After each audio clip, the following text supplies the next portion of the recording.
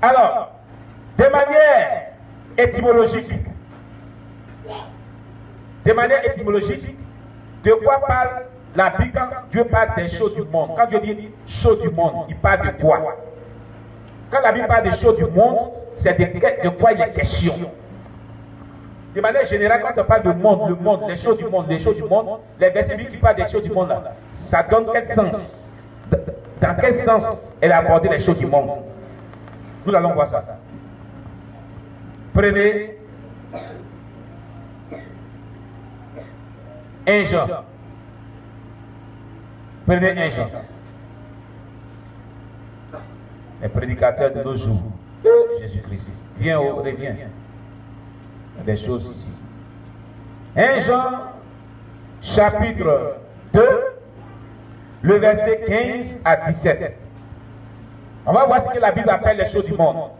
Que vous dites que les bien-aimés qui sont dans les assemblées chrétiennes doivent mettre sur eux pour plaire à leur mari. On va voir ce que la Bible définit comme les choses du monde. Il a dit, n'aimez point le monde, ni les choses qui sont dans le monde. Si quelqu'un aime le monde, l'amour du Père n'est point en lui. Car tout ce qui est dans le monde, la convoitise de la chair, la convoitise des yeux et l'orgueil de la vie ne vient point du Père, mais vient du monde. Verset 17. Et le monde passe, et sa convoitise aussi. Mais celui qui fait la volonté de Dieu demeure éternellement. Voilà, sur tout le verset, on va décrire ce que c'est que les choses du monde. Le verset 16. Il dit tout ce qui est dans le monde, la convoitise de la chair. Bon, on est dans le Seigneur, hein? La vérité est bonne. J'ai donné un exemple hier, et tout à l'heure. Vous dites que la femme n'a qu'à porter les robes mini pour plaire à son mari. Dieu appelle ça les moyens pour plaire à des choses du monde. On a vu ça tout à l'heure dans 1 Corinthiens 7, verset 34. Des moyens, des choses du monde, des moyens pour plaire à son mari. C'est la même chose que vous êtes en train de dire. Maintenant, quand elle sort, les gens ne vont pas la convoiter. Convoiter de la chair, convoiter des yeux, convoiter de la chair, convoiter des yeux. C'est vrai ce qu'elle dit ici. Convoiter de la chair, convoiter des yeux. Parce qu'elle habillée, les sorciers n'est pas restée dans la chambre avec toi, ton mari. Elle est son mini-jupe, elle sa robe mini. Qui va la convoiter? N'importe qui. Voilà où on s'implique. Hein? Dans le verset 4, tout ce qui est dans le monde, la convoitise de la chair, la convoitise des yeux, les regards attrayants vont se braquer sur elle. Ils vont la convoiter dans leur cœur. C'est pour ça que tu appelles ça les choses du monde. C'est que vous demandez à ce que les gens mettent sur eux là. Mèche, rouge à lèvres, fossile. On dit faux, le mensonge, fossile, faux. Et les chrétiens qui sont dans la vérité, ils mettent ça sur eux. Convoitise de la chair.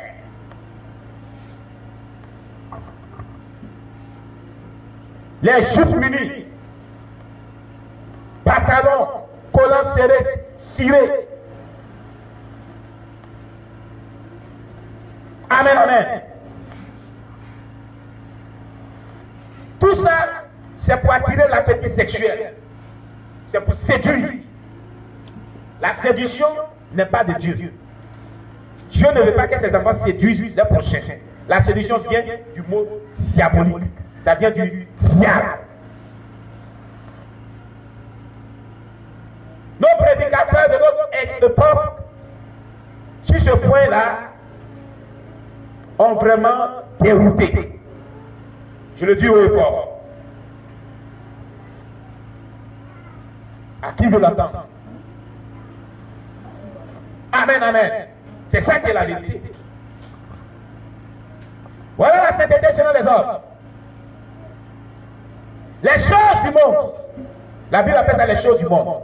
Et Dieu dit n'aimez pas le monde et les choses qui sont dans le monde. Ici, dans le contexte, on parle de ces choses qui attirent l'appétit venant des yeux charnels. C'est charnel. Toi qui qui m'écoute,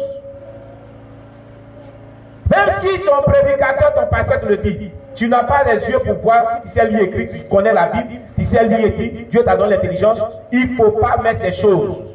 Parce que c'est une question de salut. Et le salut, il est personnel. Amen, amen. Le salut, il est personnel. Parce que ces choses que Dieu n'aime pas est un péché. Quand Dieu dit n'aime pas quelque chose, c'est un péché. Et ça envoie en enfer. Oui, oui. Ça mène en enfer. Tout péché conduit en enfer.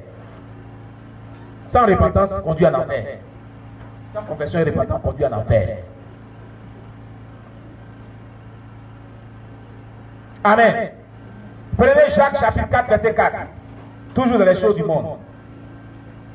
Jacques chapitre 4, verset 4.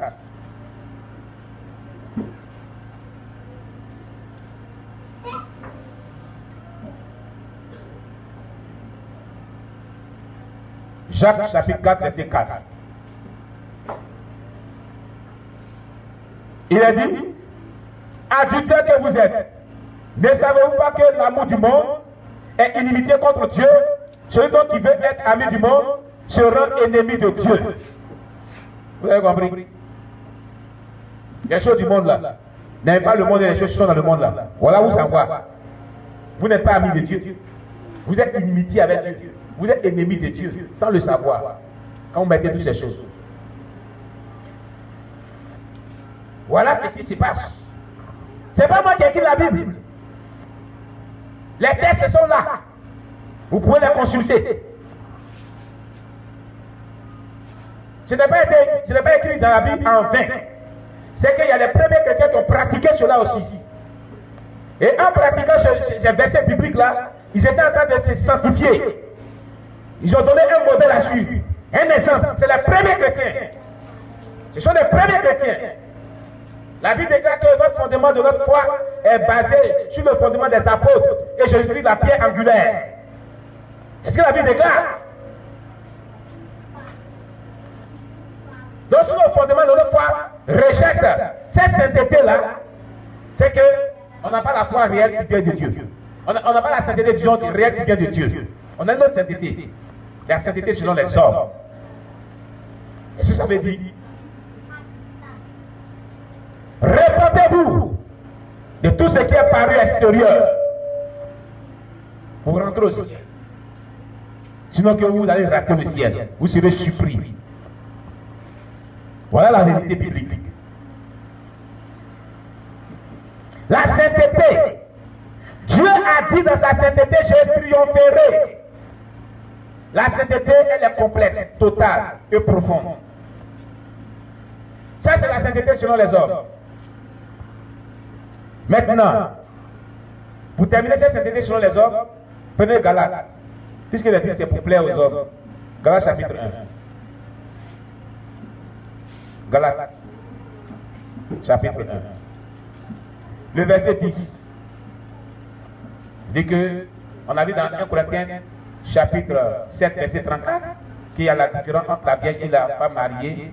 La femme mariée s'inquiète des choses du monde, des moyens de plaire à son mari. Des moyens de plaire à son mari. Regardez ce que Paul nous dit. Le même Paul va nous dire ici dans Galates chapitre 1, verset 10.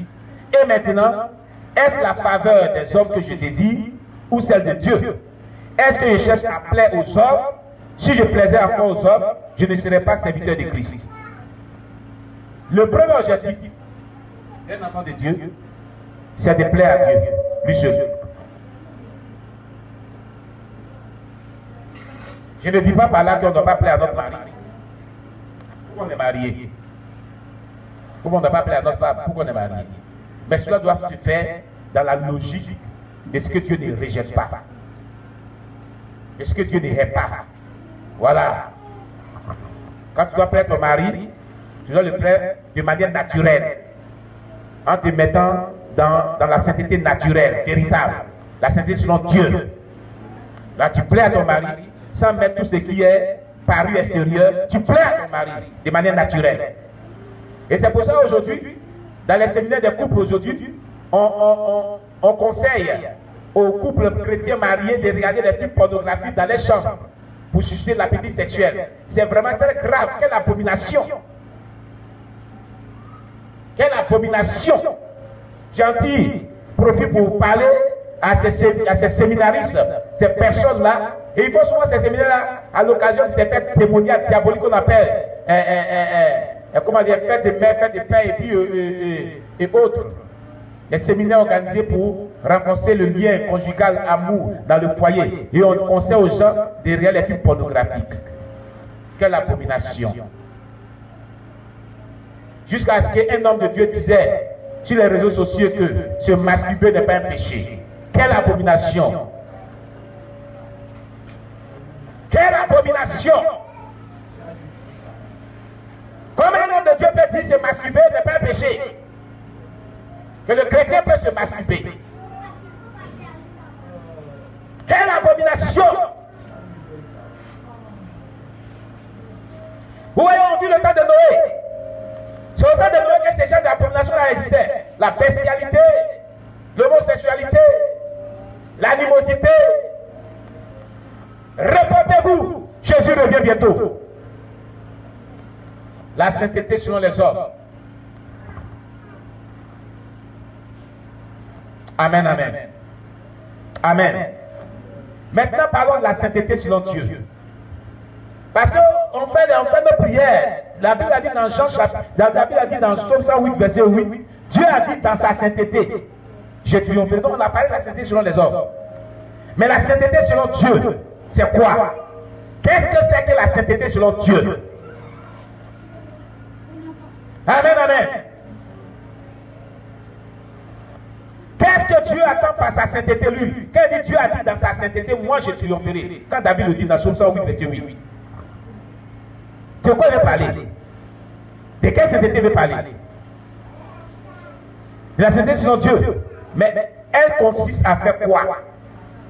D'abord, prenez 1 Thessaloniciens chapitre 5 dans la Bible.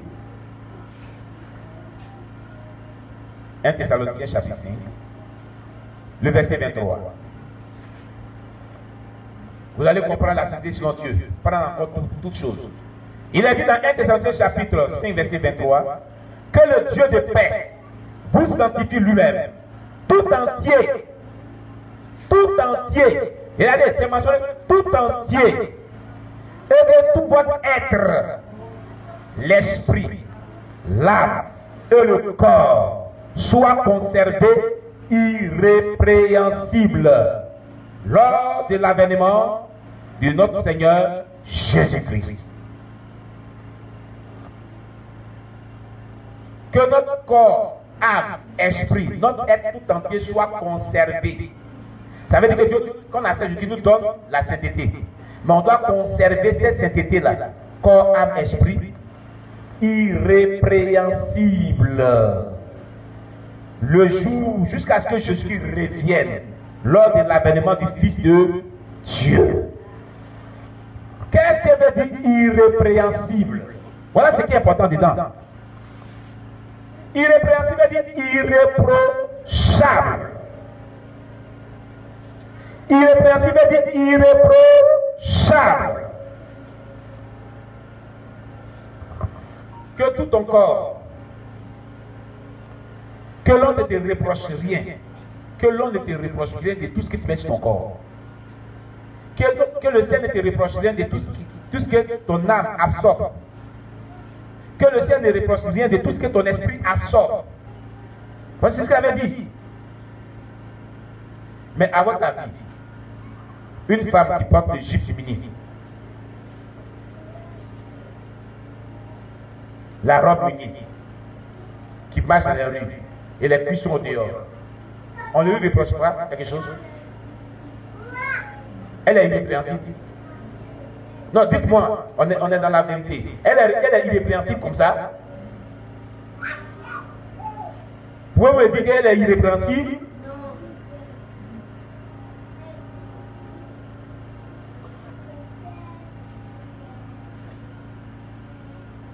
Elle est répréhensible. Quand on parle de son père, c'est une question de culture. Mais c'est une question